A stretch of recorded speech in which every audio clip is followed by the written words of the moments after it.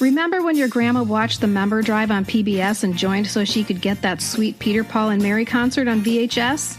Now you can do the same thing with the Pop Culture Preservation Society. Each of our episodes is created with the help of listeners like you, and you can become a financial supporter of the PCPS over on patreon.com to help us pay the bills and keep doing what we love. To show our appreciation, we'll send you welcome gifts and give you access to bonus content, like video recordings of our episodes, after the episode discussions, and blooper reels from the cutting room floor. Just go to patreon.com, Patreon, type Pop Culture Preservation Society into the search bubble, and choose the level of support that feels right for you. And if you're not able to contribute at this time, remember that listening is the most important form of support you could ever give. Thank you. Welcome to another supersized edition of one of our past episodes. Today, we're adding some extra value to episode 78, From Jaws to Dirty Dancing, Summer Blockbusters of the GenX Era. And you know what, you guys, I think I realized we were so lucky to grow up when we did. I think that we had some of the most amazing movies debut during the summers of our youth. I mean, truly. I think we did, yeah. That are classics to this day. Oh, for sure. And some of them were like a couple in the same summer. It's not like they were, a few years apart. There were some just saturated with summer sizzler. Yeah, exactly. Yeah, no, they're so good. I remember when we did that episode, the list is it's just one after another. It really is. And movies, like you said, that are so great, but also I think almost all of them hold up today too. Oh, for sure. People still watch them today. I mean, these are the movies that come to your theaters in the summertime. Okay, think about this. Those are the ones that people are lining up around the block to see. Yeah, Nobody is lining up for the movies in the theater right now. But when they put Jaws at the local theater, people show up and line up around the block. Yeah. And I mean, there's a ton of reasons why people aren't lining up around the block today. But believe it or not, this last summer season, so they consider Memorial Day the kind of kickoff for the summer season. And this past Memorial Day weekend marked the worst start to a summer movie season in 40 years. So they had expected more out of Furiosa or whatever that is, a Mad Max movie. Yeah. And The Fall Guy. Okay, let's talk about The Fall Guy for a minute. No, let's do that. I will say that pulled a little on my nostalgic heartstrings. I agree. Yeah. And it has two of my favorite people, Emily Blunt and Ryan Gosling. So I'm giving this like a lot of hope. Now, granted, I haven't seen it, so I can't really say that it was good or bad, I guess, but it didn't do near as well as they thought it would do, at least during this, kickoff weekend. And that just made me kind of sad. But at the same time, I thought, well, maybe you're just not making the same good kind of quality movies that we made when we were growing up. I don't know, because I thought I have not, again, I'm like Carolyn, I haven't seen The Fall Guy. I would. It's just, but think about that. Why haven't I? Why haven't I gone to the movie to see it? They actually had the kind of the old school big fun movie premiere for it too. Did you guys see images from it where they had the stuntmen and it looked like a lot of fun. And I do know some friends who have seen it that really enjoyed it. Okay. So that's the type of movie that I'm kind of surprised isn't doing well. I will say though, it might have been about a month ago. We have some really great, like everybody does now, great movie theaters. And I haven't gone to the movies in forever. And I said to my husband, I really want to go to the movies this weekend. Let's see what's playing. You guys, I could not find one movie that I either knew what it was or that I had any interest in seeing. That is the problem. Yeah. And the problem the reason you don't know them, this is the whole problem. I'm going to name it. Okay. Please do. They don't advertise in the places where we are. Right. So it used to be that you would sit down to watch Happy Days, and then there would be advertisements, and they would get you excited for all of these movies that were coming in the summertime. The only movie I know about is The Fall Guy, because they actually did a little bit of old school advertising on the shows that I watched, but not that much. I just know about it. I just know of it. That's it. But I have not seen an advertisement for a movie, whether it's on TV or social media or I haven't seen it anywhere. No, you're right. A lot of people don't really watch live TV, That's right. network TV anymore. But my gosh, think how many ads we scroll past every, I scroll Instagram all day long, and it's ads for face cream, and now it's like for dog toys and whatever. And I scroll. If it was the old kind of like movie like ads a trailer? like a trailer, I would stop. That would stop me. I don't care what movie it was for. I love movie trailers. Why aren't they advertising on social media? Think about the way we heard about movies. Another way would be we would see the coming attractions before a movie that we were actually going to see. Big on the big screen where it's going to be shown. So you'd get excited for that. And again, we talked about, going and looking for times in the newspaper.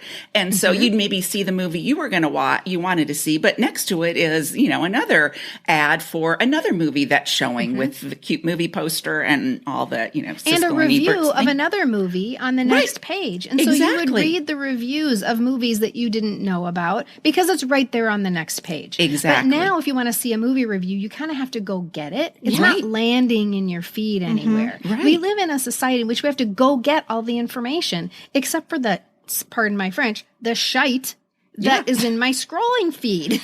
She's also Irish. Face cream.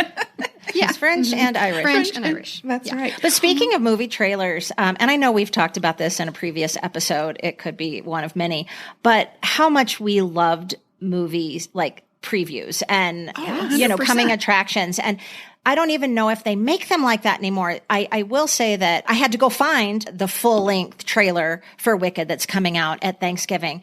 And I had chills. I had tears in my eyes. It's like they made a small movie. Yeah. It's like the trailer. So they did it right. I cannot wait to see that in the theater. That's probably the next movie I'll see in the theater. And where did you see that trailer? Did you have to go find it? Yes. So I follow a few different Broadway performers that I've either seen in a show or just that I think have beautiful voices, whatever. And one of them is currently playing Elphaba on Broadway. She used to be in Mean Girls. And it was her Instagram post of her and her green team, they call them, the people that put her makeup on, watching the trailer. It was like their reaction video and they're crying and they're holding hands. And so I'm like, what are they all doing? And I read the caption and then I'm like, oh my God, wait, the trailer for Wicked is out?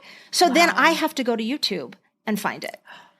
Okay, so that's how I was aware. That seems like a barrier to entry. Like that was probably part of their campaign. Like, we'll show them watching the trailer. No, just show me the trailer. Don't make me go get the trailer.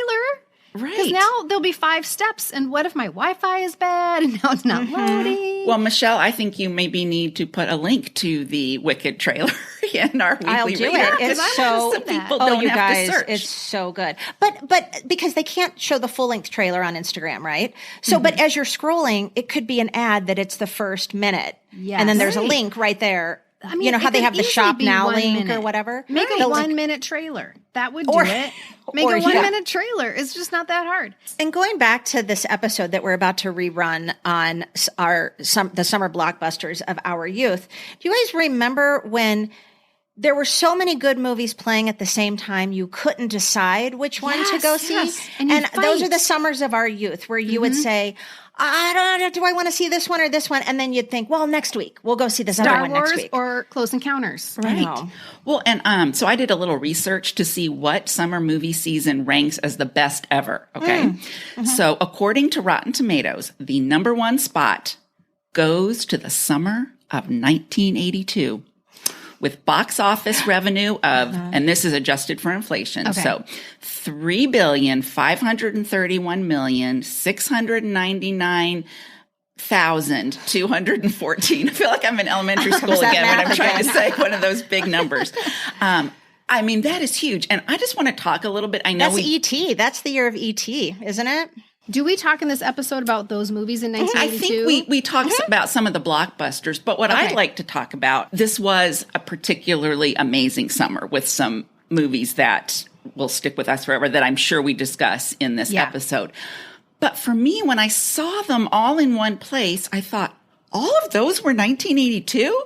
And then, because there are a couple of them, like Poltergeist and E.T., that I have a certain feeling in my body that I was young, like I was younger, like I was maybe 10 or 11 or 12. Like I was a child with an adult that had taken me. But that can't be the truth. No, because I was in junior high. Right. Well, see, but then it's the same summer as Officer and a Gentleman and Fast Times at Ridgemont High, which I feel so much older when I reflect back on those movies. Like, oh yeah, I was in high school, I got it, and Richard Gere, what a guy.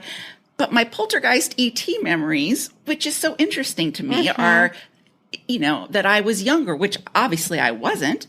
And I don't know if it was who I went to see it with. Like maybe I saw E.T. with my family and maybe the same with Poltergeist. And then the others I went with friends. Yep. I don't know, but it was, and those were just 4 that struck me. There were a bunch more movies of that during that summer as well. But it was just kind of interesting to see to maybe how I felt about the movie in relation to who I maybe saw it with. Mm-hmm. That's how memory is not completely and utterly reliable. We make up things in our heads 100%. It has to be because I was, a kid maybe wanting those little Reese's Pieces or whatever, to Mary Moore's eating or whatever. And I don't know if it was also the way the movie made me feel. I mean, maybe I felt just more kid-like watching those two. Yeah, so I totally agree with how memory is not reliant, because I would have lost a bet if you said that, Carolyn, you were 15 years old when you saw Poltergeist and E.T. I'm like, no, I wasn't. I was like 10. Mm-hmm. That would be wrong. Isn't that funny? And here we are talking about those same movies. And now think about your children, and are in 40 years, what movie will they be talking about? Mm-hmm. Yeah. I don't know if there's as many as we remember. No. Well, particularly to your point, at this moment in time. And I've also heard people say that part of that is because they've become so reliant on franchises to make big bucks. And they're not coming up with anything unique anymore. Right. And everything that is not a franchise is an independent movie that doesn't have a PR budget. Right. Because the movies that my kids will also always remember seeing for the first time in the theater are all the Harry Potter movies and all the new Star Wars movies. Yeah. But some of these franchises, like you said, Kristen, like Disney movies, it's too much effort. Like I don't know the storyline, so why would I even go to that? It's like I don't need to know that. Oh, he's died in this thing, but now he fought this guy who had this, and now he's this, and he's alive again. And Grace knows all that stuff, and I'm like, that's too much work to do. I just want to go to the movie and have it be like self-contained. Like I presented with a problem, it gets resolved at the end. I don't need cliffhangers. I want it to be a nice movie that this is what bothers me. A movie sitting in the movie theater that ends with a cliffhanger. No, that's for TV. That's a TV show. Exactly. And then next week, you're going to give me the answer next week. Exactly. That's not a movie. A movie has an ending. Exactly.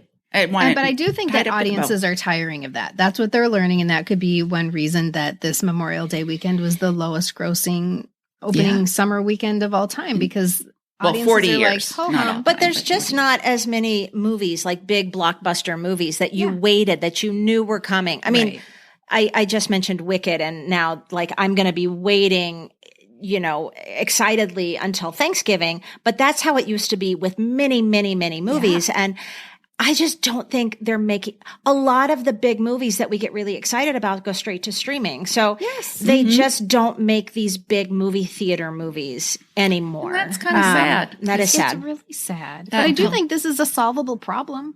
I think that the pendulum can swing back, and when people stop making money, they'll figure it out. Well, yeah, and maybe it doesn't have to obviously it's a business. You want to make money. But if you were not making these huge that cost you that much, you take up the whole studio budget. Right. You could make small, less budget intensive movies that tell a story that would make people want to go to the theater, and you have more to go around. You can experiment with some different genres or whatever. And like you said, those are all, these independent movies that sometimes will catch on, or other times it's like playing in selective, cities only. And you're like, please come to Minneapolis. I know. Right. Exactly. We sound like grandmas this time. Well, I know. And we probably continue to do that in this, in today's episode. But this is a legitimate topic of conversation, because we've lost something that was very back dear to in us. Our day. We had a movie theater. We hope all those movie producers are listening. So, and speaking of listening, we want you all to enjoy Episode 78, From Jaws to Dirty Dancing, Summer Blockbusters of the Gen X Era. The experience of seeing Star Wars that first time in the theater implanted something in me so that when I see a Star Wars movie today and the yellow words start scrolling on the screen, I start to cry. Mm-hmm. It's the weirdest thing. Hello world is a song that we're singing. Come on, get happy. A whole lot of loving is what we'll be bringing. We'll make you happy. Welcome to the Pop Culture Preservation Society, the podcast for people born in the big wheel generation who know what the best prize is in a box of Cracker Jack. It's the ring. Or the tattoos. It's the tattoos. We believe our Gen X childhoods gave us unforgettable songs, stories, characters, and images. And if we don't talk about them, they'll disappear, like Marshall, Will, and Holly on a routine expedition. And today, we will be saving a phenomenon that was birthed in our generation, almost like a gift to young Gen Xers, the summer blockbuster movie. I'm Carolyn. I'm Kristen. And I'm Michelle. And we are your pop culture preservationists. Hello world is a song that we're singing. Come on, get happy. Okay, you guys, I have to share a little something and kind of debrief myself and you guys about my experience last Friday evening. I went to the movies for the first time in years, you guys, to the movie theater, and I saw Top Gun 2. And I bawled. I had no idea what was happening, but by the end of the movie, I was almost doing the... Like you didn't know why you were crying? That's when you say you didn't know what was happening? Yes. The emotion just took over? Wow. The emotion took over. It was kind of throughout the whole movie, kind of building up until the end, and it just rushed over me. I mean, I went with Andy and Grace is looking at me like, oh, what on earth? Like, let's just wait in our seats until everybody's left, because not anyone else seems to be Mom having this is embarrassing. reaction. So I've had now almost a week to kind of process. One of the things I think that happened, yes, is that I was manalowed so many times during this movie, because they do have these flashbacks in the movie, obviously. So we do go back and see when Goose died. Sorry, that's not a spoiler. Yes. And that gives me goosebumps in my armpits right now. Goosebumps, haha. I'll have to put in my little drum thing. That's right. And of course, no spoilers, but I'm sorry. If you really want to see this, I might say a few things, so just skip through the I haven't seen it yet. Well, you kind of know the premise, though, don't you? A little bit? Oh. Well, is it like a son or something? I don't know. Yes. So it's Goose's son, who's named Right. Rooster, I knew that. And he looks a lot like Goose. And his name's Rooster. Signet. Yes. And there are some scenes... Or is that a swan? I think a swan. I don't even know. That's so funny. Sorry. Oh, Gosling. His name's Gosling. What if it was played by Ryan Gosling? Well, he probably doesn't look enough like Anthony Edwards, because okay, continue, Carolyn. Miles Teller with his little mustache, it's crazy. They do look alike. So there are some recreated scenes of perhaps we see Miles Teller playing the piano and everyone singing Great Balls of Fire. Yeah. Now, but it looks a lot like then. And so I'm like, manalowed, because they're kind of going back and forth between the two scenes. So that was, I don't know, that was hitting me hard, and kind of the nostalgia of the moment, like all the things from then and the passage of time until now. And I'm sitting next to my daughter who's going away to college in a couple weeks. Goodness. And I'm having like that moment of, young Carolyn in college just starting to date Andy when she sees the first Top Gun. Yeah. And now I'm sitting next to Andy, who I've been with since then, and this youngest daughter who's about to fly the coop. Who's flying the coop. Yes. And so that was hitting me really hard.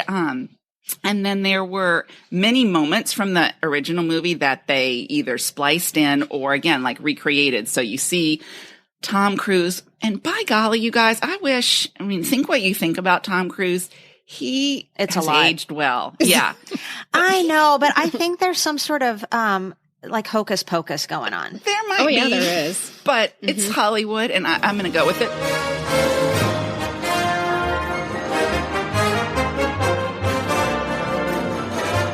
You guys, movies obviously can leave an indelible mark on our lives, and I am ready to chat about some of those films from the summers of my youth. Are you guys ready? Yes. I'm so ready. Let's get on with the episode.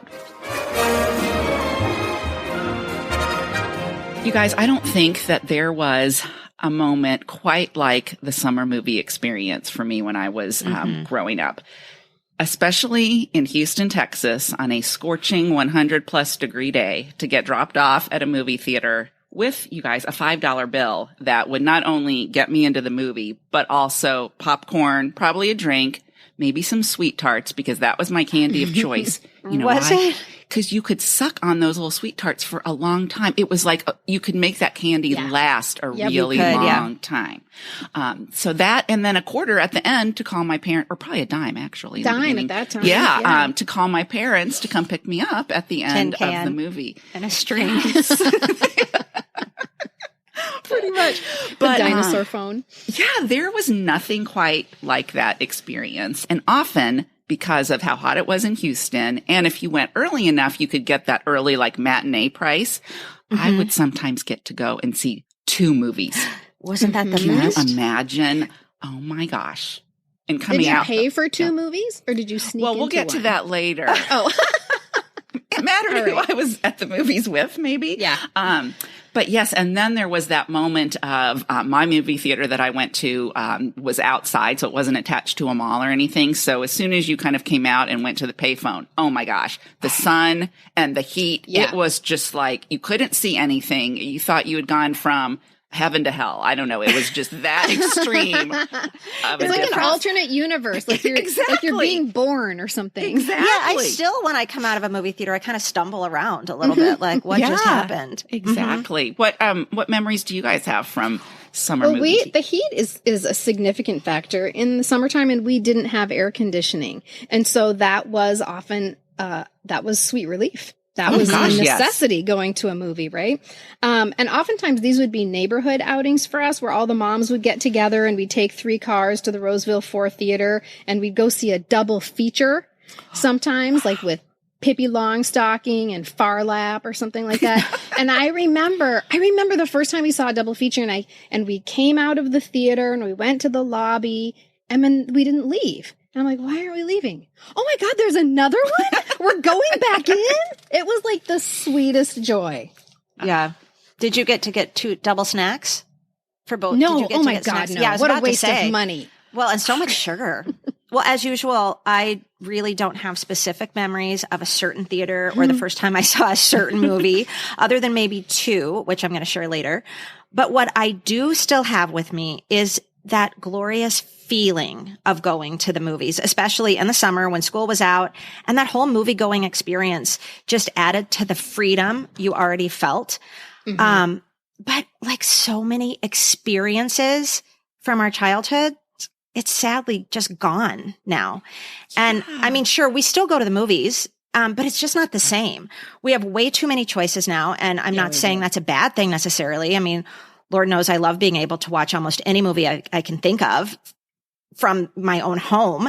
And I remember only about 10 years ago imagining such a day with almost like Jetson-like awe. Like, God, could Like that really happen one day? Yeah. Right. So I'm not complaining about that necessarily, but all of these choices have taken away from the simplistic anticipation and joy, ultimately, of the whole movie going experience, I think. Well, and movies just can't get as big.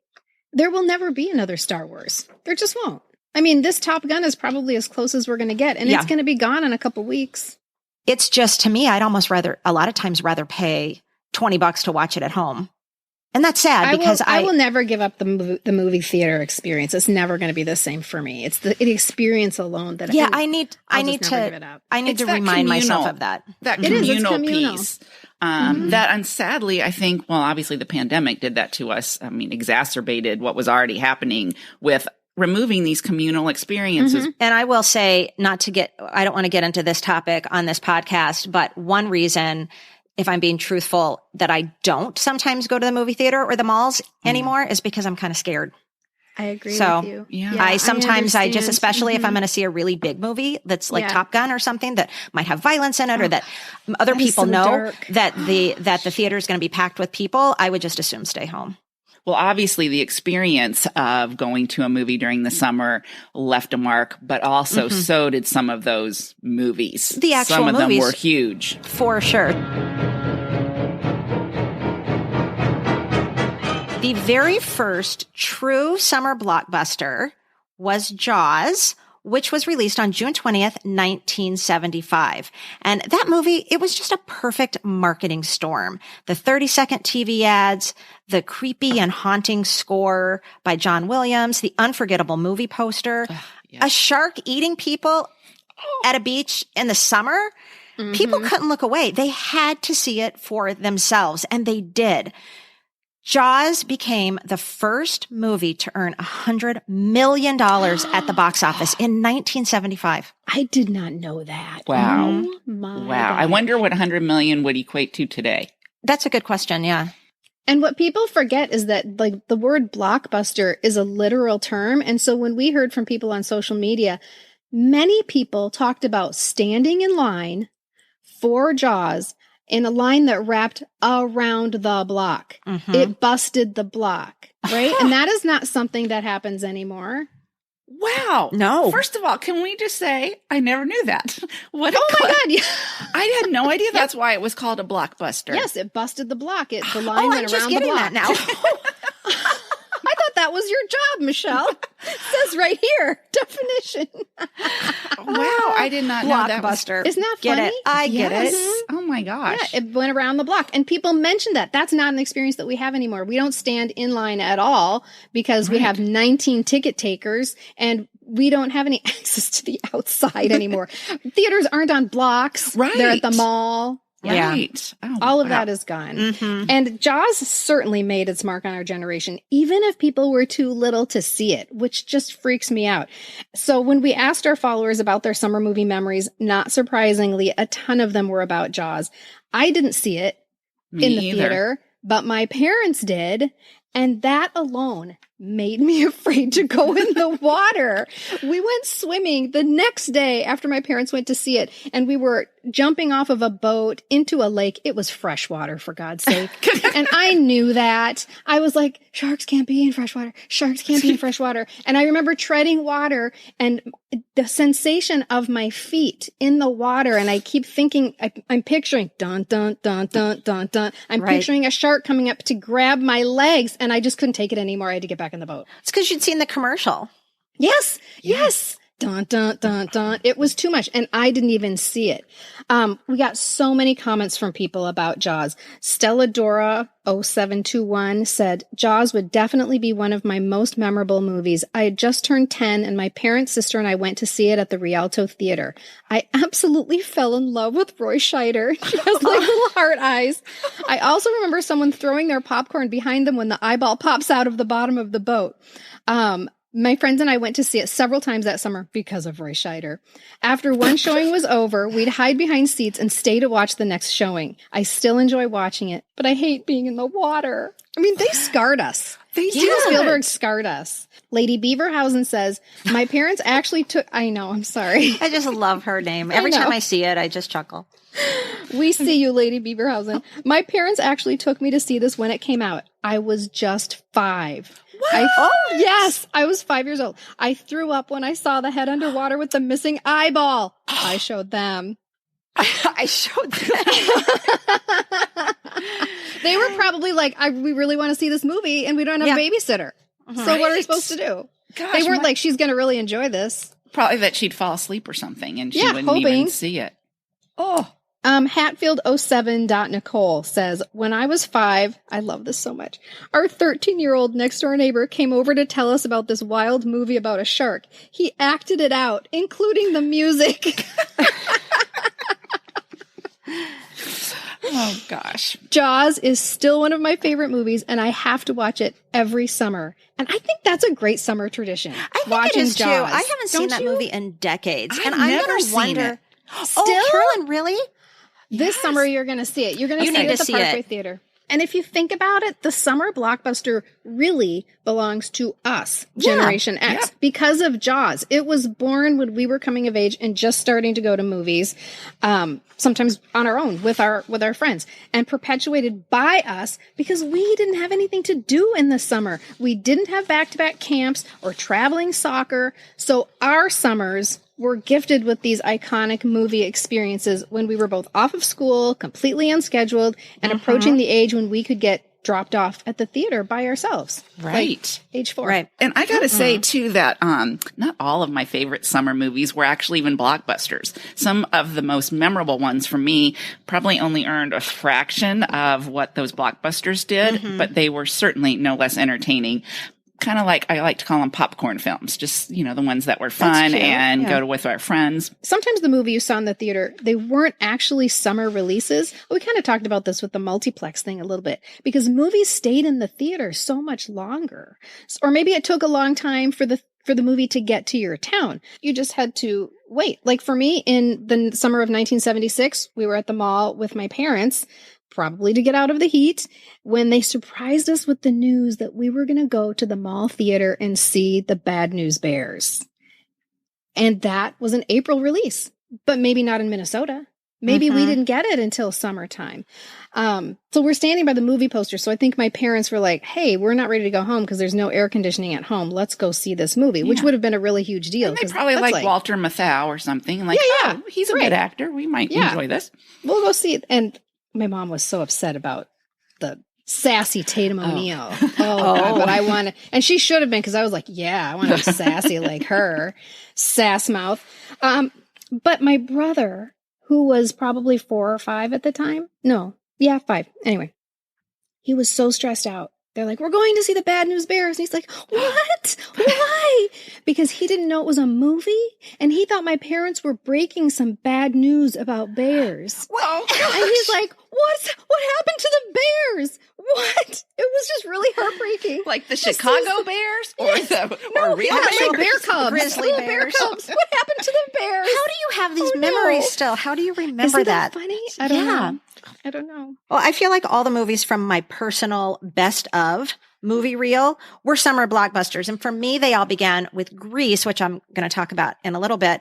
But I can't talk about summer movies that impacted me without mentioning one that our listeners already know I had feelings about. And that is the blockbuster, The Blue Lagoon, which was released on July 5th, 1980.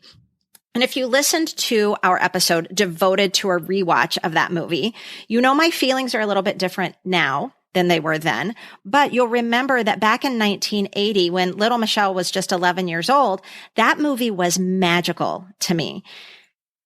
Was it because I was swept up in the island romance between 2 underage cousins? Probably. Naked. Was it the tension, not knowing if or how they'd get off the island? I'm sure that was part of it. Or was naked. it pausing and rewinding when Christopher Atkins walked around in a loincloth or swam with his puppy visibly floating around in the water? Yes, naked. 100%. But for whatever the reason, historically great or currently cringy, The Blue Lagoon will always hold a special place in my summer movie memories. And as we said in our Blue Lagoon episode, it being a summer release certainly helped with its popularity. That movie made $58.8 million at the box office. And we mentioned that like as we're going, wow, this is really bad acting and this story is horrible. Why was it so popular? Because people kept going back to see Christopher Atkins' puppy. And if you haven't listened to that episode, listeners, when we say puppy, you know what we're referring to. And there's a reason we call it a puppy. You're going to have to go back to that episode and listen. It's a really funny conversation. We all basically did a watch party of Blue Lagoon and then immediately had a reaction. conversation about it. So definitely worth a listen. Well, like you said, Michelle, so many of the movies that I remember from growing up were ones that were released in the summer. And again, probably because we went a lot more in the summer. That was just movie time. I think if I ever went during the other times of the year, it was for a really special event or something. Mm-hmm. So oftentimes there were great movies included in just one summer. So just listen to this. I'm going to read to you a list of movies that came out after we defined what the summer blockbuster was in 1975. So from 1976. Post-Jaws. Yeah, post-Jaws. Thank you.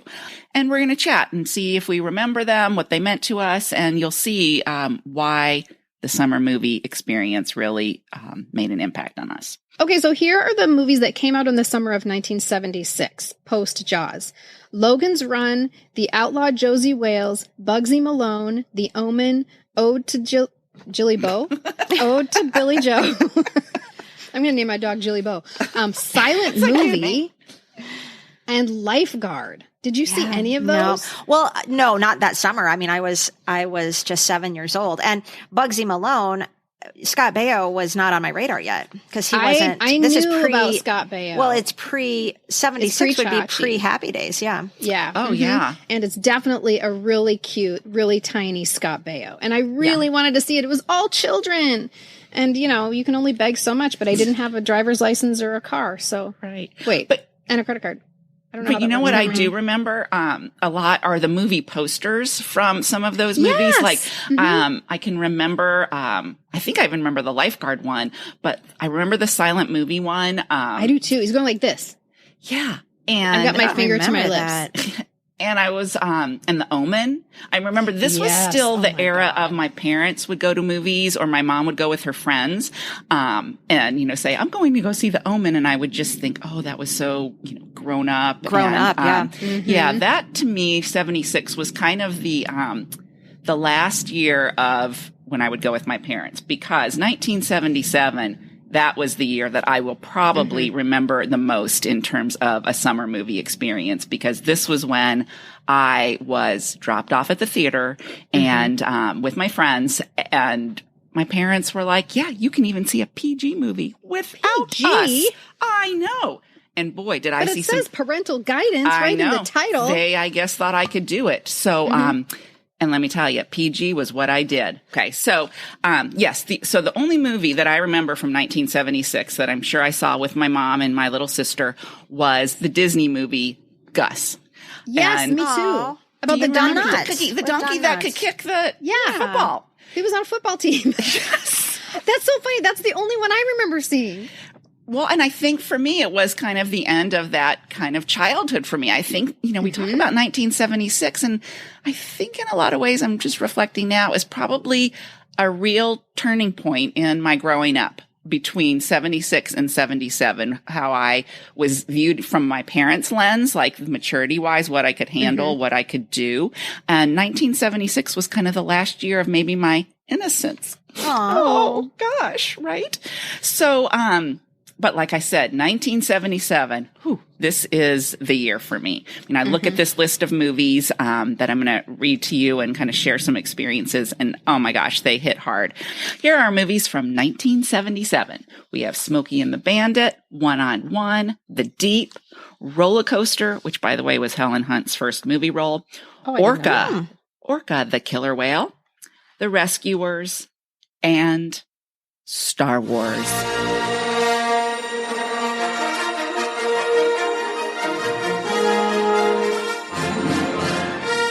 I will start with one of my favorites that I probably saw 3 or 4 times, Smokey and the Bandit. Oh, yeah. I love this movie so much.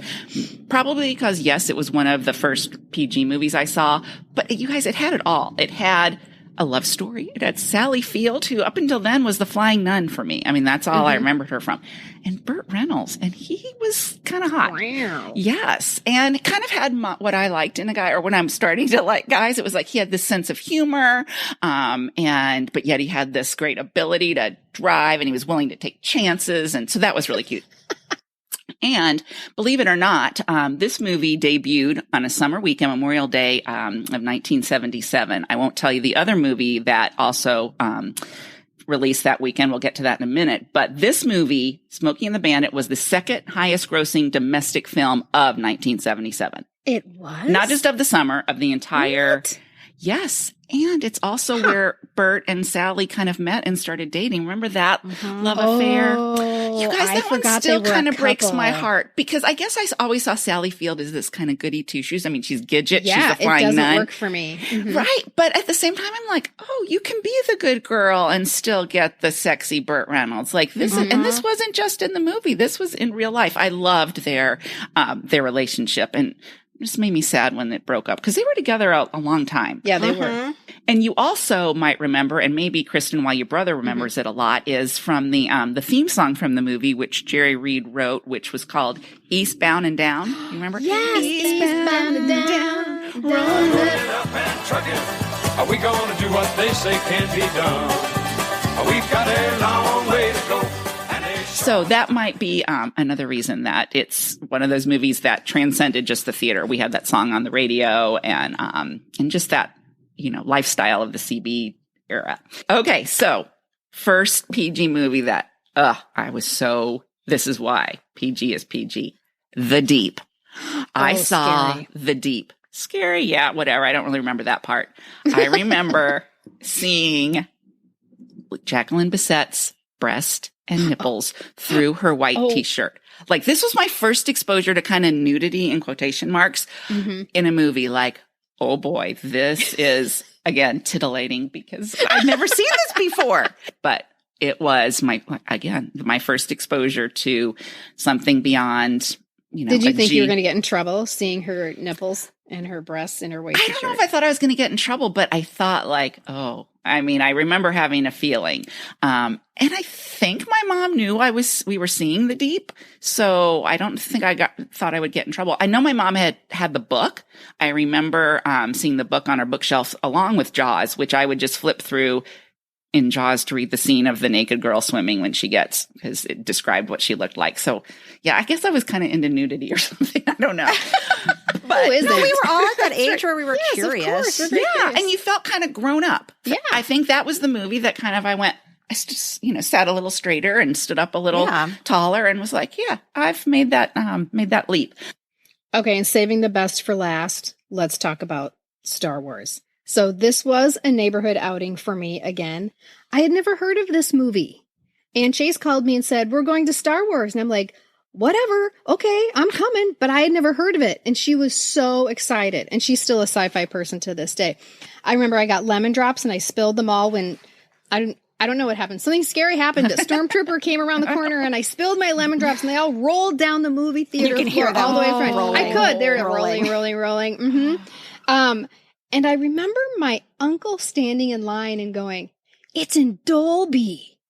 It's in Dolby, you guys. I'm like, what the hell is Dolby? But I didn't want to look stupid. So I was just like, yeah, it's Dolby. But still to this day, and I'm going to say this so many times. I always preface it this way. I'm not a Star Wars geek. I'm not I don't mean to classify you as geeks. A Star Wars person. Right. But the experience of seeing Star Wars that first time in the theater implanted something in me so that when I see a Star Wars movie today and the yellow words start scrolling on the screen, I start to cry. Mm-hmm. It's the weirdest thing.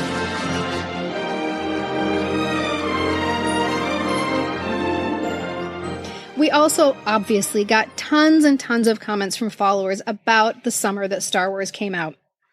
Amy Cecilia says, this is so sweet, you guys. My dad never went to or took us to the movies, but I remember standing in a line that wrapped around the building to see this movie with him. I have that same exact memory. It is one of the most special memories, probably like top 5 memories of my entire life so far yeah, because my mom did not go with us. So it was just my sister and my dad and myself. And honestly, up till that point, I think maybe I'd gone to the movies once with my dad. We saw The Sound of Music, like when it came on the big screen when I was really young.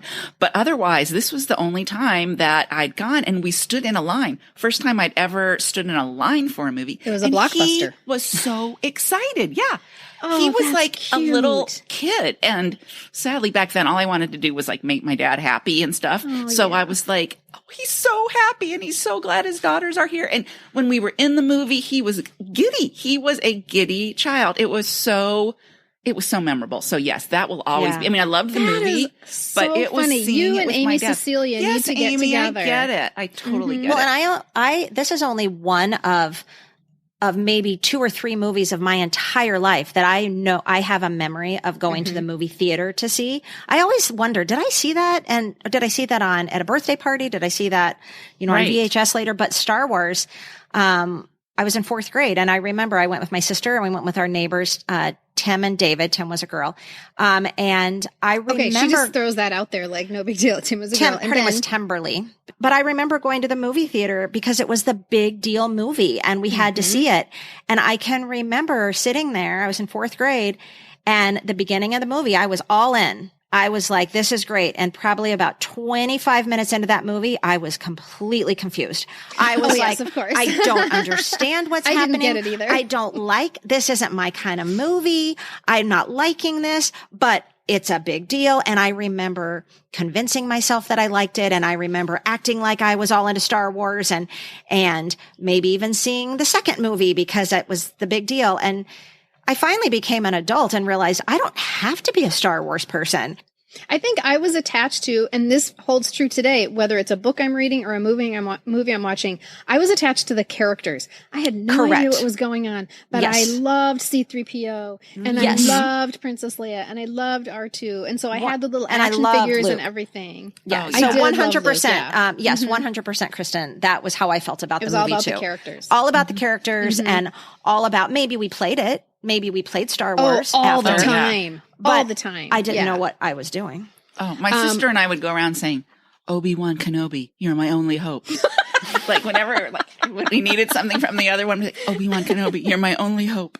I'm seeing you like in bed with a walkie-talkie going, Obi-Wan Kenobi, you're my only hope. Did you guys know that, we talked earlier that Jaws was the first blockbuster because it was the first movie to earn $100 million at the box office? This is only 2 years later. Star Wars surpassed Jaws with $775.8 million. What? So not just surpassed it. We went over $675 million more than Jaws. And so that's when really it was in 1977 that these really big budget films became really popular because then that resulted in a surge of summer film drops throughout the 80s and 90s, big budget ones like Alien, Indiana Jones, Jurassic Park, Back to the Future. Hi, everybody. Just a quick message to tell you about one of our sponsors. If you follow me on Instagram, you've met my dog, Axel Rose Nilsson. He is by far the cutest dog of any dog that has ever lived on this planet Earth. But he is a total lemon. We are at the vet constantly. Why are so many dogs suffering from health issues? Actress Katherine Heigl, who's helped save over 16,000 dogs through her foundation, says she's seeing more issues with dogs' joints, odors, and health than ever before. And after doing a ton of research, she feels there's one place we can look to support any dog's health: their food. So she decided to create something she could actually feel good about feeding her dogs. It's called Superfood Complete. Superfood Complete is made with over 30 of the healthiest ingredients on the planet, including several superfoods vital to a dog's health. And her company, Badlands Ranch, also sponsors the Jason Heigl Foundation, which has helped rescue thousands of dogs and place them in loving homes. Dogs across America are trying this food and experiencing amazing health benefits. And if you're like me, my dog is my baby right now, and there's very little I won't do to make him healthy and happy. Go to badlandsranch.com/PCPS and order right now to get up to 50% off your regular price order with a 90-day money-back guarantee. If you want your dog to experience all these incredible things, go to badlandsranch.com/PCPS today. Hey friends, today's episode is brought to you in part by one of our favorite products, Hormone Harmony. As women of a certain age, we know firsthand what it's like to experience those hot flashes, night sweats, sleeplessness, and that dreaded menopause-related brain fog. Hormone Harmony is dedicated to making women's lives easier and supporting their general overall well-being. It contains only science-backed ingredients that help the body adapt to stressors and support balanced moods, healthy sleep and digestion, and yes, even that desire to be with the person you sleep next to. The biggest benefit? Feeling like myself again. That's what women mention over and over again in the more than 17,000 reviews for Hormone Harmony. And for a limited time, you can get 15% off your entire order at happymammoth.com. Just use the code PCPS at checkout. That's happymammoth.com and use PCPS for 15% off today. Thanks so much to Hormone Harmony, and thanks to you for listening today. Okay, we have a couple more comments here because people were really into Star Wars. Marvel Ann says, I had read some snippets about Star Wars in Dynamite magazine and could not wait for it to come out. Our whole family went to see it, including my grandmother, who named her vacuum cleaner R2-D2 afterwards. Oh. I saw it as many times as I could that summer. I thought the music was incredible, and I still have the double album I received for Christmas that year. I got it for Christmas too. I did too. You did? Yes, I can still see it. We played it in band, the music too. Here's a comment from Mom Two Stitch Love, which is not necessarily about Star Wars, but it is Star Wars related. She said, Dad wanted us to see Close Encounters. Mom thought we were too young, but Dad overruled us. My brother and I loved it and spent the rest of the weekend humming and singing that tune over and over and over again. Oh, I played that on the clarinet. I can still see my fingers moving. She's wiggling her fingers. Raiders of the Lost Ark was another big movie for us, and true to form, as soon as we got home, we were out in the yard trying to create whips out of old rope and singing the theme songs. Dun, dun, dun, dun, dun, dun, dun, dun, dun, dun. And then this is the important part. She says, seriously, John Williams wrote the background music for our entire childhood. Our entire lives, really. And so that relates back to the double album, the Star Wars double album that we all got for Christmas. And we're going to talk about even more movies as we move forward. They're all John Williams, and they're all stuck in our heads. So obviously 1977 was a big year for a lot of us. 1978, let's move to there. We had Heaven Can Wait, Animal House, Piranha, Jaws 2, and Grease. Oh, man.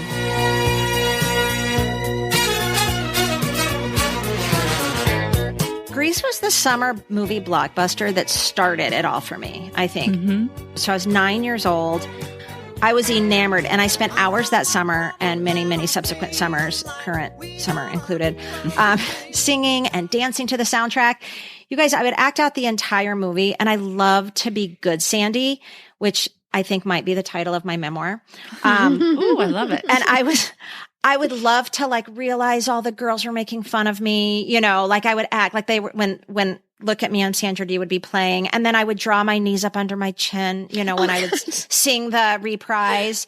And then, you know, little 9-year-old Michelle all of a sudden was like pretending to like smush out her cigarette with their high heel and, you know, so tell me about it, stud. And I would be up on my tippy toes, twisting, you know, and it was just, I just feel like, and I know I'm preaching to the choir here. I know everybody, most people listening did the exact same thing with this soundtrack. It meant so much to us in that movie. It spoke to a lot of people. I mean, and I knew I was Carnival Sandy. I'm still Carnival Sandy. Grease it still today for me holds my record for the number of times I saw a movie in the theater, and it is 9. I saw it 9 times in the theater. 9 times. Mm-hmm. How old were you then? You were... I was 10. 10, yeah. I was 10 years old. And it was a lot of getting dropped off at Harmar Mall with my friends. And I saw it with a bunch of different friends. And it was such a thing for us to go home, you know, because it lasted into the whole school year, right? You'd go home after school with one of your friends. And what do? Well, which one are we going to act out right now? Right. Are you John Travolta or are you Sandy? I'm going to be Sandy. No, you were Sandy last time. I mean, then you have to fight and decide who's going to be John Travolta and who's going to be Sandy. And it changes with every song because when we get to Beauty School Dropout, I was Frenchie. I mean, it always changed, you know. Right. I was never Rizzo though because she terrified me. And that's Rizzo. I know, but that's so in character for me. It's so funny. It's so in character predictable, aren't we? Yeah. Right. And when you think about it, this movie, and maybe Star Wars for a lot of people, but this lasted with us far after we left the movie theater. Like you said, we went home it did. and we sang it and we acted it out. And again, we had the double album, which if you remember, didn't have like a scrapbooky looking thing with like I still have like mine. a yearbook. Yes. Yes, it was so great. And for me, the very first time I saw it was in Atlanta, Georgia with my cousins. We were doing our first road trip, come to think of it, from Texas to New York. And then when we got to New York, my other cousins we were visiting, they had already seen it, and we were singing the songs all the time. And I distinctly remember my grandmother being there, and all of her grandkids were in one place at the same time, which rarely happened, if ever. I think that was maybe the only time that we were ever all together in the same place. They lived in New York. We lived in Houston, and we sang the heck out of that soundtrack and we acted it out. I just remember her sitting in a chair and really in my mind thinking, this is a gift you give to your grandparents. And it was very important to me that my mom had those moments, and Andy's parents, where all of their grandkids were together at the same time. And Greece gave us the opportunity to have this shared experience, no matter that we lived halfway across the country from each other, and that we got so excited about. So those are my two super fond Greece memories. Did you know that the Pop Culture Preservation Society depends on support from listeners like you to keep our podcast up and running? We are an independent operation, creating, producing, distributing, and promoting the podcast by ourselves and paying for it out of our own pockets because we love it and we think it's worth it to preserve the well-loved cultural nuggets from our Gen X youth. If you'd like to become a supporter of the PCPS, go to patreon.com, Patreon, and search for Pop Culture Preservation Society. Our Patreon supporters are like our pit crew, giving us the fuel we need to keep on trucking. And as a Patreon supporter, you'll also get special thank you gifts, like video recordings of our episodes, after the episode discussions, invitations to live events over Zoom, and the occasional blooper delivered straight to your inbox. Thank you so much for listening and for being a part of our society. And now we're at 1979. We've got the Amityville Horror, the Muppet Movie, Monty Python's Life of Brian, Alien, Apocalypse Now, Rocky II, Dracula, Patrick, and more American Graffiti. Whew, that's a year. What some of those What's are. Patrick? I don't either. I don't know. Patrick. Well, I looked at the thing for that. It looks really creepy. It was some kind of creepy movie kind of a thing. But I got to say, 1979, the Amityville Horror, my first R-rated movie. My best friend Debbie's dad took us, and I still have the ticket stub. It's in my scrapbook. That's how monumental my first R-rated movie was. And then, of course, the fact that this was based on a true story and could maybe really happen made the movie all that more intriguing and frightening to me. But it will always be my very first R-rated movie. And so here's a hard turn to the left. The Muppet movie was a huge movie for my whole family because, like you said, Carolyn, it was something that we could bring our whole family to, which was hard because my sister was like 4 years old and I was 14. So what movies would encompass all of this, all of these people? And the Muppet movie did that. My dad was the music teacher at my school. And he was so enamored with the Muppet movie that he used the Muppet movie soundtrack as the theme of our spring concert that year. My dad still loves the Muppets. And one time he went in for a hug with my mom and he's just like embracing her and he goes, I just love the Muppets. Okay.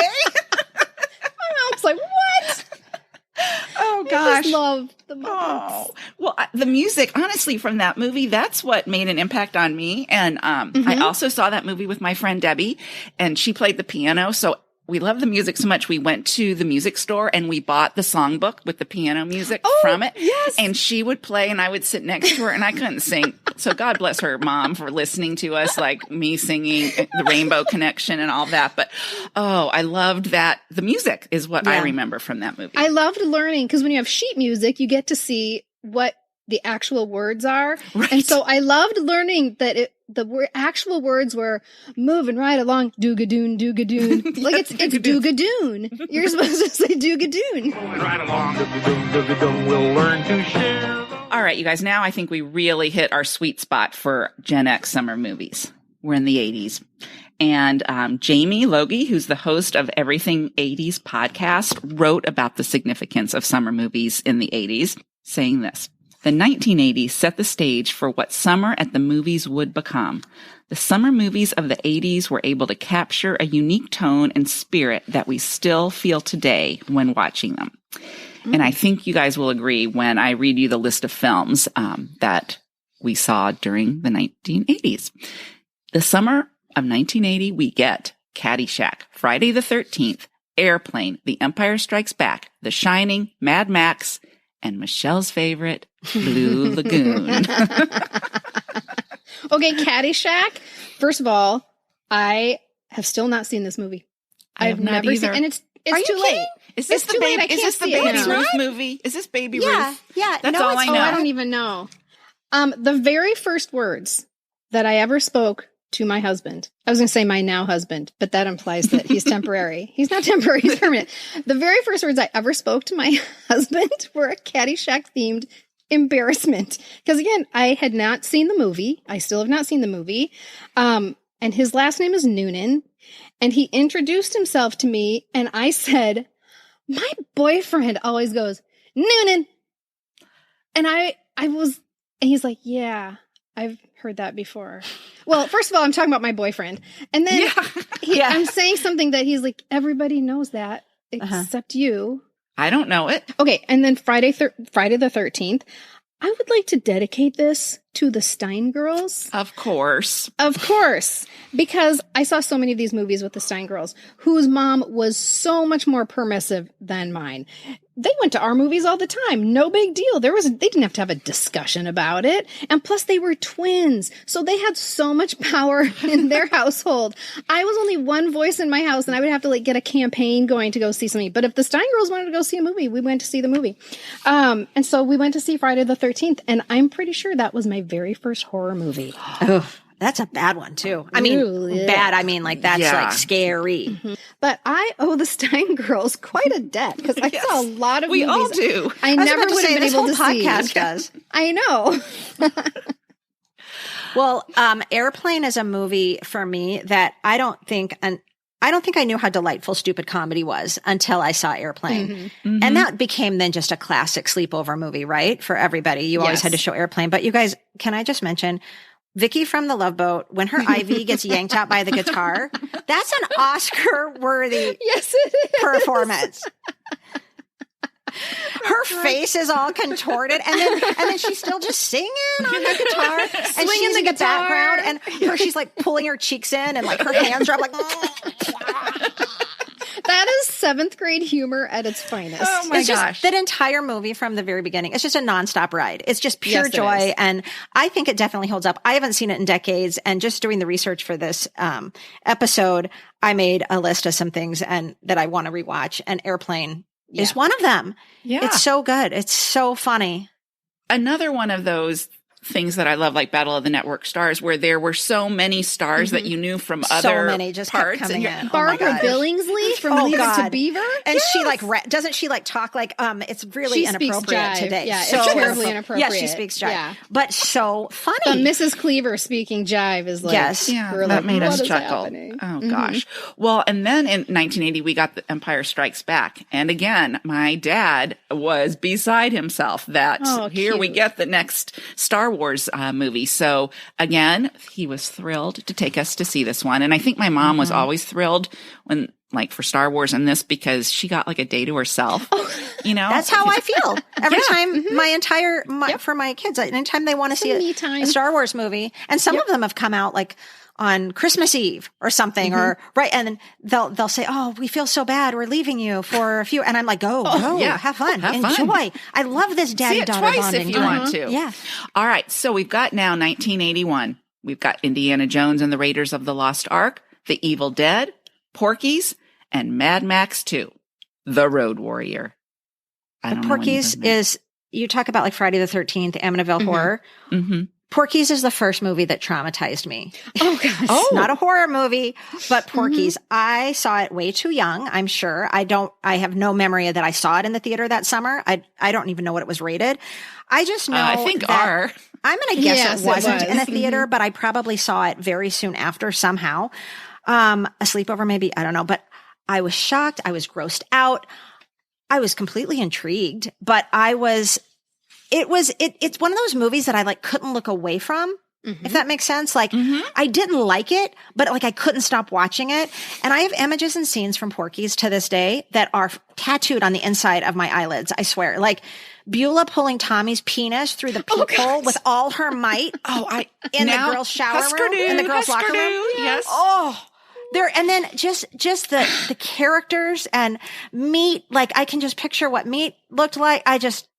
It's not like a good memory. Like I don't not want to rewatch that because it's like, I've seen it enough. Like, that's funny because I have the same feelings about Porky and I never saw it. But the Stein girls saw it and they told me all the things you're talking about. They told me about, and I think I was like, I'm going to stay home. Yeah. Yeah. That was a little much. I agree. All right. Now we're going to move on to 1982 and we've got Rocky III, Poltergeist, E.T., Blade Runner, The Thing, Tron, and Fast Times at Ridgemont High. Okay, you guys, this was my year. I mean, talk about Stein girls. I should just call them up right now. Let's just bring them on the show. We are getting them on for sure.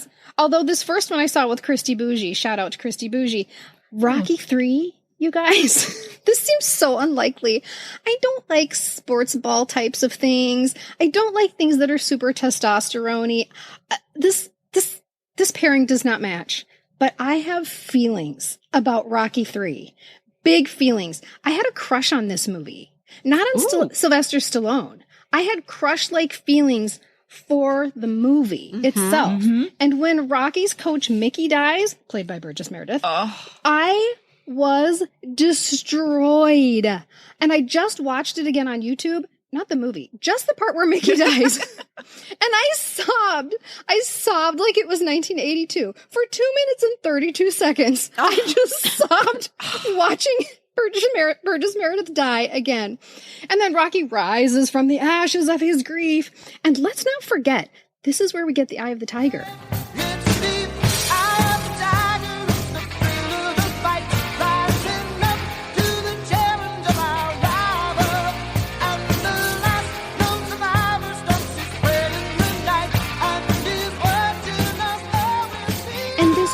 Soundtrack. Okay, I was going to say it was really good. That's not true. This whole soundtrack I was obsessed with. That's different. It's not the same. But it even had an instrumental called Mickey. And I would cry and think about Burgess Meredith. I could see that. I know. Okay, and here's a fun fact about Eye of the Tiger. Eye of the Tiger was recorded at the request of Sylvester Stallone when Queen would not give him permission to use Another One Bites the Dust as the theme for Rocky III. Huh. Oh, well, right? I'm glad they didn't because Eye of the Tiger, that can be the only thing. It's legendary. It's legendary. It was nominated for an Oscar for Best Song from a movie, and it lost to Up Where We Belong from Officer and a Gentleman, which should be on this list. Also saw it with the Stein girls. And The World According to Garp should be on this list also. I loved An Officer and a Gentleman. Officer and a Gentleman. Yes. That's when I fell in love with Richard Gere. Oh my gosh. Totally. When he carries her out of the factory and puts the hat on her. Last scene. E.T. Okay, let's talk E.T., shall we? A lot of people have a lot of feelings about E.T., and this is from one of our followers, from My Luna Lapdog, June 1982. I never cried more in a theater before or since. The ending destroyed me. Years later, I learned Steven Spielberg loved John Williams' music so much he re-edited the ending to fit the film shots to the music. I watched it soon after, and I was destroyed a second time.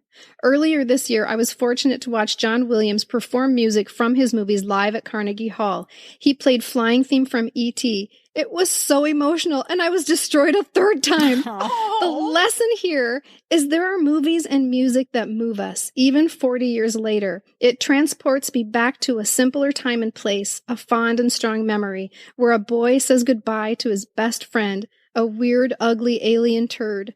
I'm going to stop here before I'm destroyed for a fourth time. I love that. I remember when I read that on Instagram, and I thought that's what the PCPS does too, though, is it connects all this nostalgia and it makes it important again. I also love how she calls E.T. a weird alien turd. A weird alien That's turd. like a perfect way. It is. Perfect description. It's so true. I saw E.T. in the theater with my whole family in Woonsocket, Rhode Island. Woonsocket. How do your memory is kills me. Well, but we have a real marker. There's no way I was going to forget this because we were out east visiting relatives and my grandma wanted to go visit her cousin Sig and her husband Sig and Sig. They were Sigrid and Sigurd. They were Sig and Sig. She had to go see Sig and Sig. And it must have been obvious that we were so effing bored that eventually a plan is hatched that we need to go do something. We're going to leave my grandma with Sig and Sig and we're going to go do something. So Sigurd says, there's a movie theater just down the highway. So we get the phone book out and we call the movie theater and they're playing E.T. This is awesome.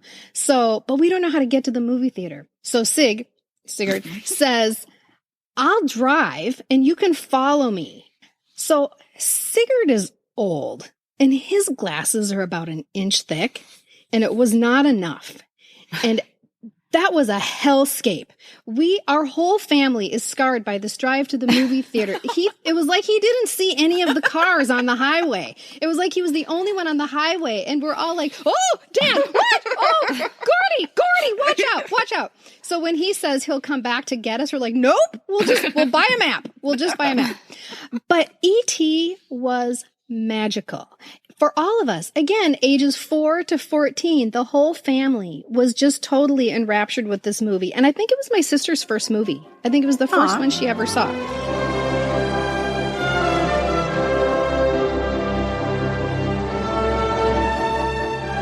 And that's the summer of Fast Times at Ridgemont High, which left a mark on me for sure. I mean, I loved that movie. It was so scandalous and so many grown-up issues. That I felt like it was wrong to watch it, but it was one of those movies that we all felt like we were getting away with something by watching it. That's true. That's another good rewatch, but that movie left a mark on me for sure. Yeah, for sure. Well, let's see if any did from 1983. We got Trading Places, Return of the Jedi, Superman 3, National Lampoon's Vacation. Which could be the most iconic summer movie of all time. Let's just talk about it. It's not road trip movie that we just mentioned last week. Yes, totally. I mean, it was about summer. It was a totally relatable thing that everybody had experienced. Everybody has a love-hate relationship with the cross-country road trip. And there are scenes from this movie that we in my family still act out, or lines that we say today, both my family of origin and the family that I made. When Liam's feet smell, we all go, Russ, your feet, Russ, your feet. When something happens and we don't know what the cause is, we say, I know what happened. It didn't come in. I don't know if I have to explain any of this or people just know. When someone orders food in a restaurant that looks a little too healthy, they say, what, no meat in this? And somebody will always say, you get plenty of meat at home. 100% of the time. And we live in a place where we cross the Mississippi River all the time. If you are going from Minneapolis to St. Paul, you are going to cross the Mississippi River. It could be every single day. And when you do, someone in the car is going to go, deep river. Oh, well, every time we cross it, 100% of the time when our kids were little, Brian would always just say, see that, kids? That's the Mississippi. Mighty miss. Old man.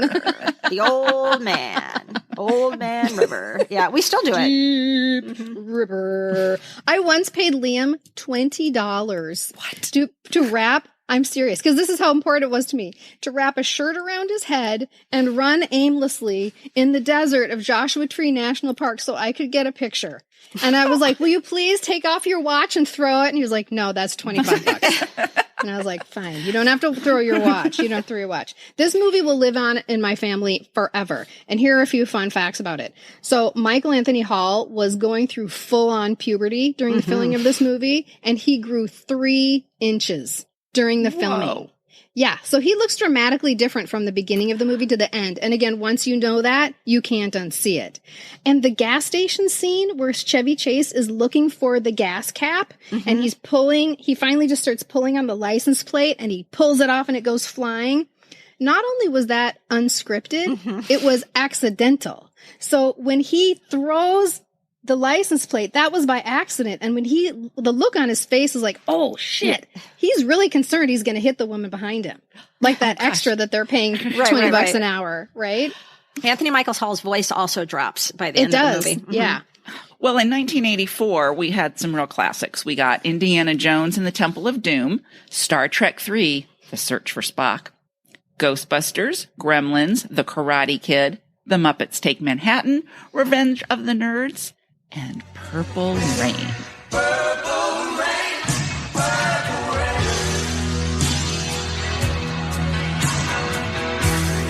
Purple rain.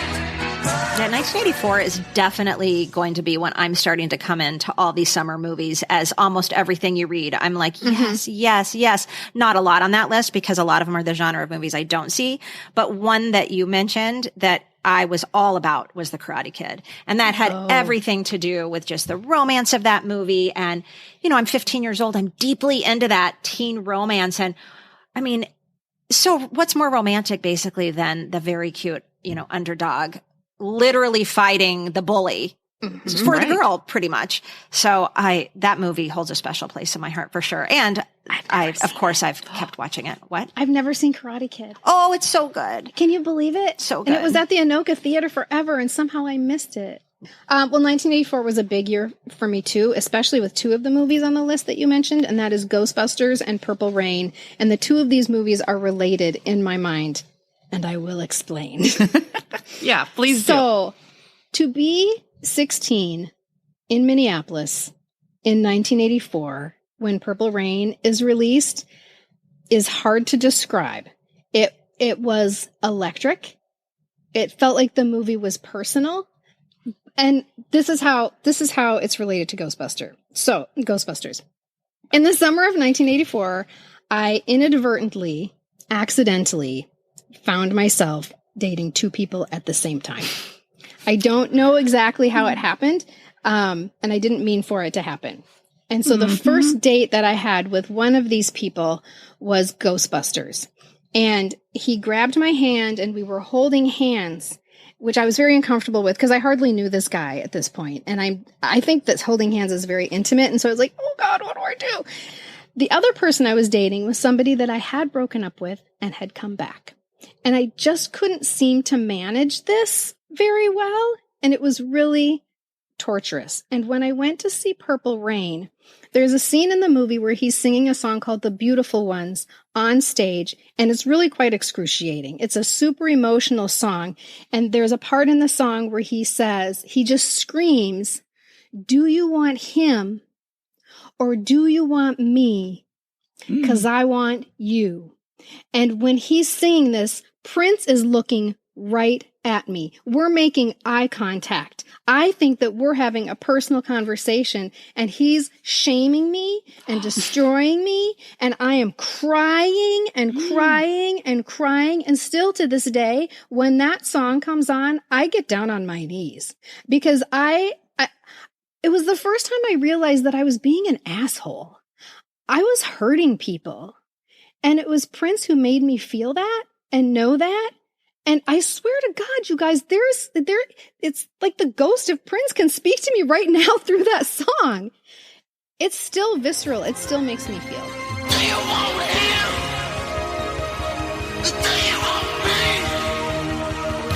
'Cause I want you. Well, now we're moving on to 85, and we've got A View to a Kill, Fletch, Back to the Future, The Goonies, Mad Max, Beyond Thunderdome, National Lampoon's European Vacation, Pee-wee's Big Adventure, Follow That Bird, Weird Science, Teen Wolf, St. Elmo's Fire. What is Follow That Bird? I want to talk about Follow That Bird because okay, that good. movie I'm like, left what is such that? an impact. I'm just kidding. It's a Sesame Street movie. Oh, okay. That's It's why Big I didn't Bird. see it. It's I was a Big teenager. Bird. Yeah. Yeah. Okay, so Back to the Future, just obviously left a mark. And I mean, who didn't love Michael J. Fox, right? And to see Everybody him loved him. make that leap from Family Ties to the big screen. And this was kind of the summer of Michael J. Fox, because he also had Teen Wolf out on the that big one went screen. under my radar. Yeah. Because of Back to the Future. Yeah, I didn't want to see him turn hairy and stuff. That was not something I wanted to see. But Back to the Future, I mean, that's nostalgic in and of itself, just the whole premise of that movie. But gosh, did I love that. And I cried and I loved it. You're my density. It's just, that whole movie is magic. It really is. Loved it. I will just say that St. Elmo's Fire put that Brat Pack really in my mind. I mean, we did have Breakfast Club, but now we've got Rob Lowe in the pack. And I'm gone for the Brat Pack. It was so now. adult. St. Elmo's Fire was so exciting for me because I loved so many of them. And I had such a crush on Andrew McCarthy. But they were all adults in that movie. And that's where it was different than the Breakfast Club or the Pretty in Pinks. They were grown up, and it was kind of cool to aspire to have those friends and live in the city. Well, let's rock on into 1986, where we've got Alien, Ferris Bueller's Day Off. Wait, Aliens. That's a big difference. Yeah. Okay, what is Aliens? It's the sequel to Alien. It's the worst sequel title ever. It's really bad. I didn't even know that. I'm today years old when I just knew that. Aliens. Okay, Aliens. Ferris Bueller's Day Off, Top Gun, Stand By Me, The Fly, Labyrinth. Help me, Labyrinth. David Bowie. Labyrinth. Flight of the Navigator, Howard the Duck, Transformers the movie, and About Last Night. And I loved that one. That's a great one too. That's the one. I just rewatched that a couple months ago. That was the blueprint. The soundtrack is so The good. soundtrack, Sheena Easton, so fun.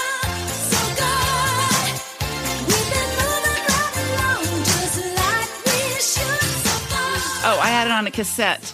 Me too.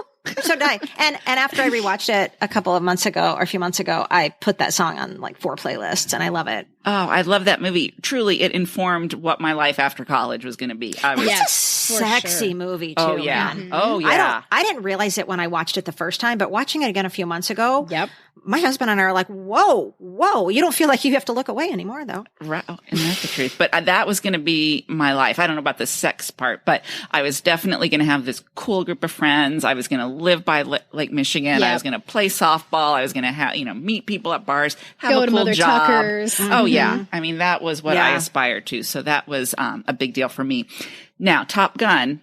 I've already shared a lot of my feelings about that in our host chat, but I do want to say that for months and months, I aspired to have my hair look like Kelly McGillis. I wanted Kelly McGillis hair. That was inspirational hair. Oh, and boy, did I invest in that Aussie scrunch spray. I mean, I was really, I can still feel myself trying to get that perfect kinky triangle. But remember how sticky your hands so will get? Gosh, sticky. And the smell. Smell like talk grape. about iconic. Yes, I smells. love that smell. That's the smell of my dorm. So much so, yeah. Yeah, well, that probably was. 1986 go by without just mentioning and giving a huge shout out to Ferris Bueller's Day Off. I'm not going to go into it. We all know why it's fantastic. We all know why we loved it. We all know why it's iconic, but that movie definitely is one that I think for all of us is unforgettable. Oh, yeah. Yeah. That was another iconic one. Now we're going to move to 1987 where we've got Beverly Hills Cop 2, Ernest 87 Rules. Sorry. Oh, well, we'll let you, just because why? The movies? That's 87. No, she graduated. You know when you every time when it was your graduation, everything was like 87 rules. 86 rules. 87 rules. 87 rules. 88 rules. Yeah. I don't know. We didn't say that in 83. Every time someone says 87 or 1987, I can't let it go by without saying. Okay. Well, I graduated from college in 87. So, okay. So it rules when we see Predator and Spaceballs and Full Metal Jacket and Revenge of the Nerds 2 and RoboCop and Summer School and La Bamba and Masters of the Universe and Back to the Beach. Who's That Girl? And the iconic Dirty Dancing.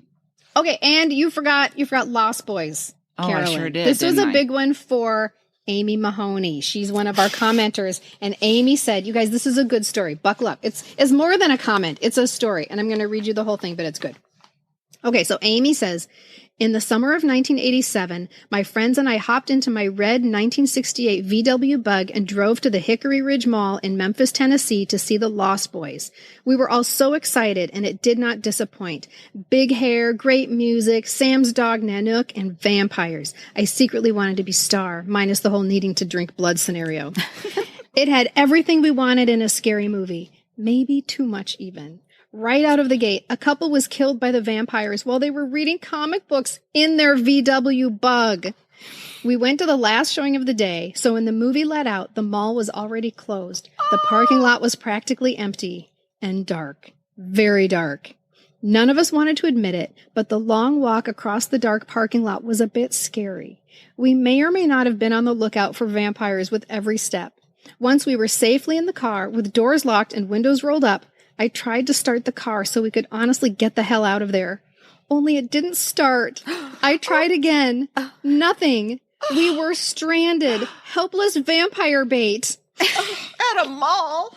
At a mall. Being 1987, we had no cell phones. The only way we could call for help was to walk back across that empty, dark, vampire-filled parking lot to use a payphone outside of the mall.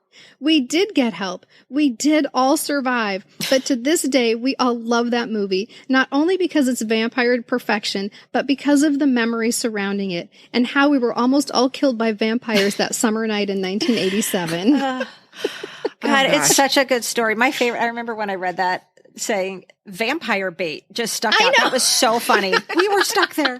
Vampire bait. Amy, we love that story. Totally. Great story. That's so great. Well, for sure, the summer blockbuster that had and has had the most impact on me is Dirty Dancing. And Kristen, like you said earlier, that you have crush-like feelings on a movie. I had crush-like feelings on Dirty Dancing. I know this is one that I can remember. I saw it in Scottsdale, Arizona. I had graduated in like June. So I'm 18 years old and I'm like 95% positive it was with my best friend Lisa, but we were shook. We were instantly obsessed. With Baby, with Johnny, the setting, the wardrobe, the soundtrack, the dancing. And I mean, when you're 18 years old and you feel like you're kind of awkward, out of place, and never really had a real boyfriend, and you see Patrick Swayze, who's this older, sexier man who can fall in love with this awkward, quirky, kind of out of place girl, that leaves a mark. And it was just, you know, we were all about the dance anyway. My friend Lisa and I were dancers. And so that part was exciting. I couldn't get enough of it. I couldn't get enough of that. I must have worn out my cassette tape. And it was thrilling. I feel like 18 years old was the perfect age, for this movie. But what I feel like is really funny is now, if I come across that movie, and I own it, like in all forms, but I don't bother to watch it if I come across it. And I think it was honestly because I oversaturated myself with it in 1987 and 1988. So I know that movie by heart. The same with Pretty in Pink. I know these movies so much by heart that I really don't choose to watch them. The soundtrack, however, I will listen to all the time. Yeah. Oh, that's so much awesome goodness in soundtrack. that movie. Yeah. That is a movie that is in my top movies of like the most important movies I think in my life. I think I've grown to love that more as time goes on. I think I was strangely indifferent to it when it came out, and now I adore it. All righty. So 1988, we've got a few sequels that come to us this year. We've got Young Guns, Crocodile Dundee 2, Rambo 3, Big, Who Framed Roger Rabbit, Coming to America, Short Circuit 2, Cocktail, Die Hard, A Fish Called Wanda, Big Top Pee-wee, Caddyshack 2, and Mac and Me. That is a long list. It's a great list too. And these really are, long like I list. said before, we're all now coming into all my summers, right? So Big, obviously, I mean, gosh, that is a movie that holds up too. The only thing I will say about Big, you guys, that I can never in my whole life get over. I love this movie, but to this day, the part where he sleeps with Susan, Elizabeth Perkins, no, he's 12. I don't care that his body looks big. He's a 12-year-old boy inside, and he has sex with Elizabeth Perkins. But he has a man penis. It's disgusting, though. He's a 12. And he has a man endocrine I don't care, system. but he's a 12-year-old boy. But I wanted to just mention, shout out to Cocktail, because that was the first movie I saw with my now husband. We weren't even dating yet. We were kind of in that flirty stage. All right, you guys, we're going to move on to 1989. We have Indiana Jones and the Last Crusade, Dead Poet Society, No Holds Barred, Batman, Ghostbuster 2, Honey, I Shrunk the Kids. I love that movie. I love it. Weekend at Bernie's, The Karate Kid Part 3, License to Kill, Turner and Hooch, Parenthood, Uncle Buck. I know I'm missing some because it got chopped off. That's all right. It doesn't matter. I feel like I saw most of those. I want to share this memory that one of our followers, Laura, shared on Facebook because I thought it was really special. She said she was raised by a single mom and money was tight. They didn't really go on vacations very often. So she remembers this particular week where they went and saw 3 movies, Indiana Jones, Batman, Dead Poet Society. And she said it was such a big deal because her mom didn't even really like going to the movie theater, but that is one of her favorite memories of all time. Oh, That's so sweet. Isn't that That's so sweet? sweet. So that 1989 summer of movies made a real impact on Lara. Oh yeah. Well, and I got, you can't read that list without just giving a shout out to Dead Poet Society. Thank you, Laura. When Harry Met Sally, obviously, and Parenthood, classic, the OG. I know. Yes. This conversation has been really very inspiring for me, you guys, because it makes me so appreciative for those experiences that I had, but it also makes me really appreciative of the fact that I'm vaxxed and boosted, and most of the people around me are vaxxed and boosted so that we can go to the theater again. I really miss that, especially in the summertime. But you know what might be an even better idea? For you listeners, I'm talking to you. I think you should plan a summer blockbuster film festival with your families or with your friends. Do it in the garage or do it in the backyard. And on the last night, you show Jaws. Great idea. Don't you think? That's a great idea? Yes. I can't wait to come over, Kristen. Just let us know that. All right. You're I'll going to call be you. in And your she was backyard. saying that, Carolyn. I was saying this, thinking the same thing. Like, well, I guess we're going to Kristen's house. I'll bring the candy. If she thinks this is such a good idea. That's right. How good is it? Do it, listeners. Do it. We love you guys. Thank you so much for listening, and we'll see you next time. Yes, please join us next time. We've got lots of fun things to share on this nostalgic roller coaster that we're on, and we look forward to doing that with you. And we want to thank all of you for still being with us on this episode and listening. If you have made it to the end of our entire summer blockbuster movie anthology, thank you. But also thank you so much for your support, for sharing our podcast with others, and by clicking those stars and leaving a nice review. We say it all the time, but honestly, it's important. We go back, we read the reviews on Apple Podcasts from time to time to boost our confidence and to remind ourselves that people are loving our silly conversations and that they're more meaningful than we sometimes realize. You guys, they like us. They really like us. And to those of you who take your support to the next level on Patreon, a huge thank you. Honestly, you guys are what is quite literally keeping us trucking and keeping us talking. And today we're giving a special shout out to some of our newest patrons, Carmi, Jen, Ashley, and Colleen. Thank you all so much. And if you'd like to explore our Patreon page and see all the fun, exclusive perks our patrons get, just go to patreon.com, patreon.com, and type our name up in the search bubble, or you can find links on our social media and in the show notes. In the meantime, let's raise our glasses for a toast, courtesy of the cast of Three's Company. 2 good times. 2 happy days. To Little House on the Prairie. Cheers.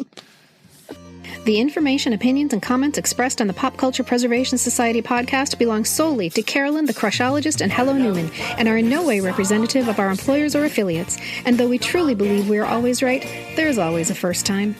The PCPS is written, produced, and recorded in Minneapolis, Minnesota, home of the fictional WJM Studios and our beloved Mary Richards. Nanu Nanu, keep on trucking, and may the force be with you. We had a dream, we go traveling together.